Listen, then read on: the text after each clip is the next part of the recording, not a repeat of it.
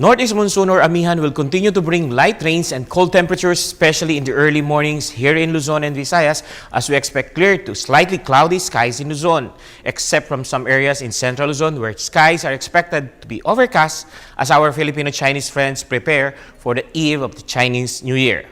Speaking of Chinese New Year, why is it? It's being celebrated in different dates every year. I will tell you more about this after giving you our first tomorrow's weather. Good evening. Here is our weather forecast for tomorrow and the latest update with the low pressure area just outside the Philippine area of responsibility. Based from this satellite image and data of Pag-asa, northeast monsoon or amihan is still affecting Luzon and Visayas. Luzon and Visayas will experience partly cloudy to cloudy skies with some isolated light rains, while Mindanao will have partly cloudy to cloudy skies with some isolated rain showers or thunderstorms.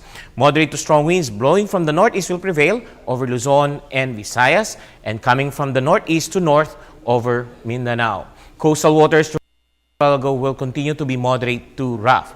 Meanwhile, the low pressure area spotted by Pag-asa outside the Philippine Area of Responsibility might enter the Philippine Area of Responsibility on Thursday night or early Friday morning. According to Japan Meteorological Agency, this low pressure area is already a tropical depression. Once it enters the Philippine Area of Responsibility and considered by Pag-asa as tropical depression, it will be called Basyang. If this weather disturbance continues to move westward, it will bring light to moderate rains over eastern Visayas and eastern Mindanao this weekend.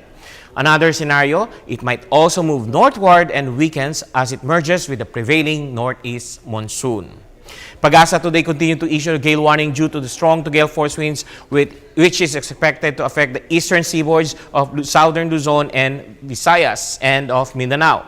For the eastern seaboards of central and southern Luzon, affected areas are Aurora, Camarines provinces, Catanduanes, eastern coast of Albay, eastern coast of Sorsogon, and eastern coast of Quezon, including Pulillo Island. And over the Visayas, Samar and Leyte are also affected. And for the eastern seaboard of Mindanao, Surigao, Davao Oriental, Dinagat Province, and Siargao Island are also affected. Expect the sea conditions over these areas to be rough to very rough with 3.4 to 4.5 meter high waves.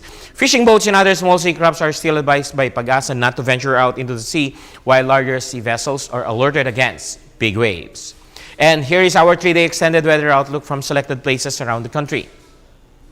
Metro Manila over the next 3 days will be partly cloudy to cloudy skies with some isolated light rains with average temperatures of only 19 to 30 degrees Celsius.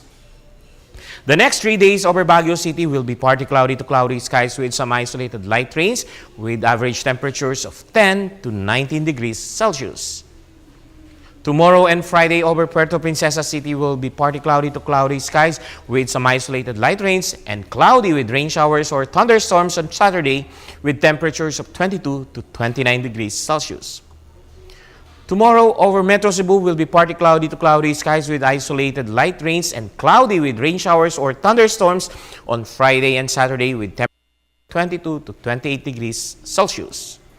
And over Metro Davao, tomorrow will be partly cloudy to cloudy skies with isolated light rains and cloudy with rain showers or thunderstorms on Friday and Saturday with temperatures of 21 to 29 degrees Celsius. Sunrise tomorrow will be at 25 minutes past 6 in the morning, while sunset will now be at 5:54 in the afternoon. And for our Astronomy 101, tomorrow, January 30, is the eve for the celebration of the Chinese New Year. Why is it that the date in the celebrating Chinese New Year changes every year? The Chinese New Year, also known as the Spring Festival, is based from the luni-solar calendar and not from the solar or Gregorian calendar that we normally use. The luni-solar Chinese calendar determines the date of the Chinese New Year. The calendar is also used in countries that have adopted or have been influenced by many Eastern Asian countries such as Korea, Japan, and Vietnam. In the Gregorian calendar, Chinese New Year falls on different dates each year. A date between January 21 and February 20 in the Chinese calendar.